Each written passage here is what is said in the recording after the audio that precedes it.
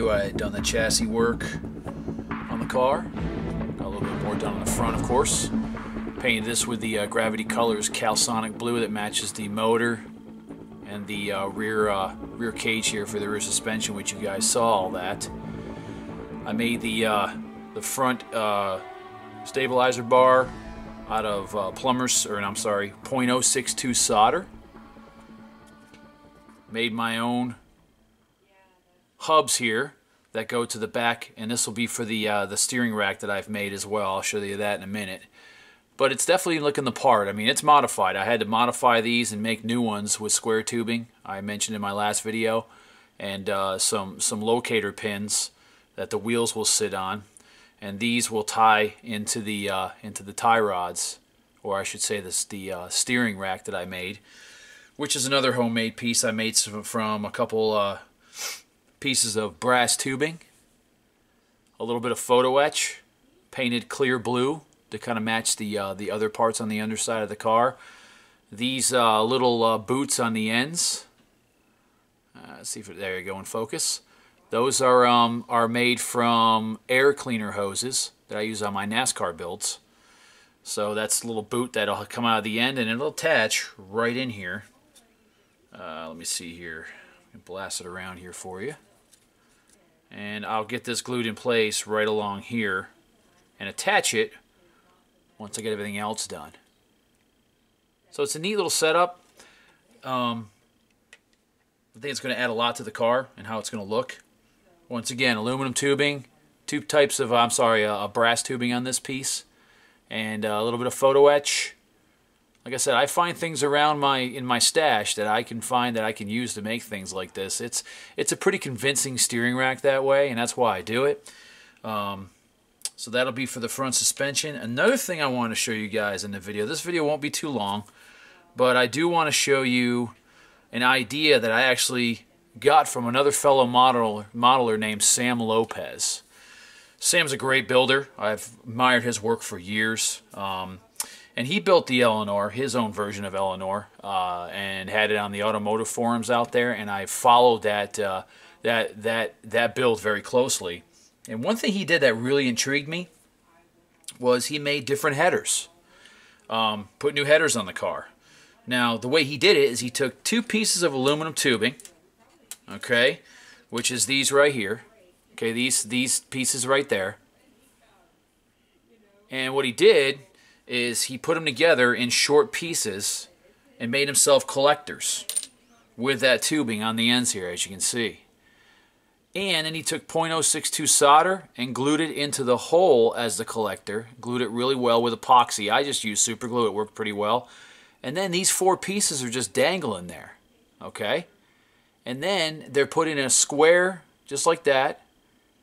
And then you can bend these any way you want, cut them, shape them, whatever, and make your own headers. And this is an easy way, I think, an ingenious way that Sam did here. So hats off goes to Sam Lopez for using this type of method to make headers.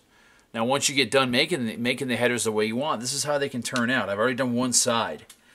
Now I had to make these really sweeping so it clears all the suspension, but there's my header. Made out of .062 solder, glued in place. I'm going to add a little bit of heat staining to it. It's not really going to be seen, but I'm going to do some heat staining with an airbrush with some of my Alclad hot metal paints that I have to make it look interesting. But it's glued in place, so I'll actually put the heat staining on it with the header in place. Why did I glue it so quickly? I wanted to make sure that the engine fit in place really well. I haven't done this other side yet, but you can see it's kind of a tight fit, but I can actually slide it into place here. Pop it into the locator tab there, and then push the engine down into place. And it fits really well. I mean, look at that. Now the other side's gonna be tricky because I got to make the headers go around the starter here. And again, it's going to be more than a 15-minute video to do this, but at least now you guys kind of get to see what an easy way to do headers. I really enjoyed this, and I think it's a great idea. Is the collector really accurate? No, I mean, that's not the way the collector would look on the real car, but who cares? I mean, it's a great attempt to make a nice custom piece. So like I said, Sam Lopez, hats off to you for giving me the idea. I told you I'd give you some credit on here, so I'm giving credit where it's due. So basically now what I'm going to do is do the other side, and I'll be able to actually mount the engine in place and then finish all the details on top of the engine in the bay, like the carburetor and various other pieces, the fan in the front, finish the wiring up. And then I can start on the interior, guys. I'm going to get the interior done. This is going to be covered in embossing powder to make it look like carpet. That's my next step on that. So that'll be in one of my other future videos. And just so you know, the .062 solder I use is the kind of stuff you can buy at Home Depot, Radio Shack. You can buy it at Lowe's. And the .062, it can be either the rosin or rosin core solder. It doesn't really matter because you're going to glue it in place. The rosin's not going to come out. You're not going to heat it up, so you don't have to worry about the rosin leaking out or anything. So this is what I make the headers out of on my cars. And then, of course, to make the collectors, like I said, I use 2 different types of tubing cut to size for the collector ends. And make sure when you do this that you glue plenty of solder, long pieces, and you have a lot to work with when you first start making them, so you can figure out how you want to bend them and all that. Again, I would attempt to do this right now and make this, but the video would go way over. So as you can see, it's not hard to do. You just take your time, look at some pictures, and you figure out of the 4 pieces of solder which one goes into each hole on the side of the engine. And it works out pretty well. You'll find it's fairly easy to do, and what a great, easy way to do it. When I'm done, what's nice is the collectors are going to be mated up to this stuff. Now this is what I use to make the larger pipes. It is a solid plumber solder that can be bent and adjusted, and you can make your own exhaust piping. Doesn't have to be hollow because no one's going to see the end of it. You can always put it into a collector at the end.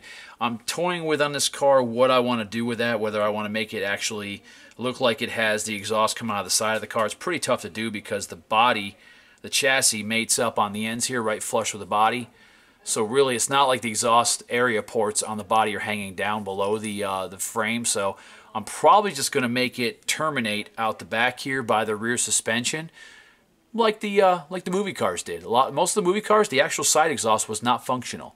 You can buy an Eleanor that way or have it built that way, but it's an intricate and interesting looking exhaust.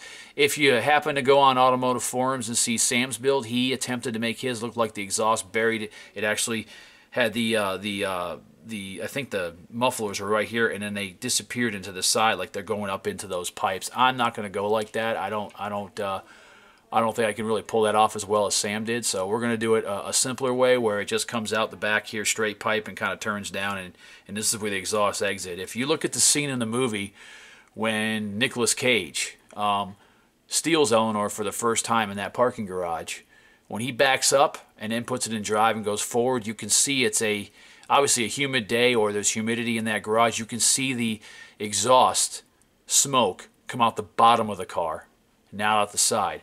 And you'll notice when he backs up and the camera's right on the exhaust port opening on the side and he revs the engine, you see no exhaust coming out there. So the actual car that they used in that scene had the exhaust come out the bottom of the car.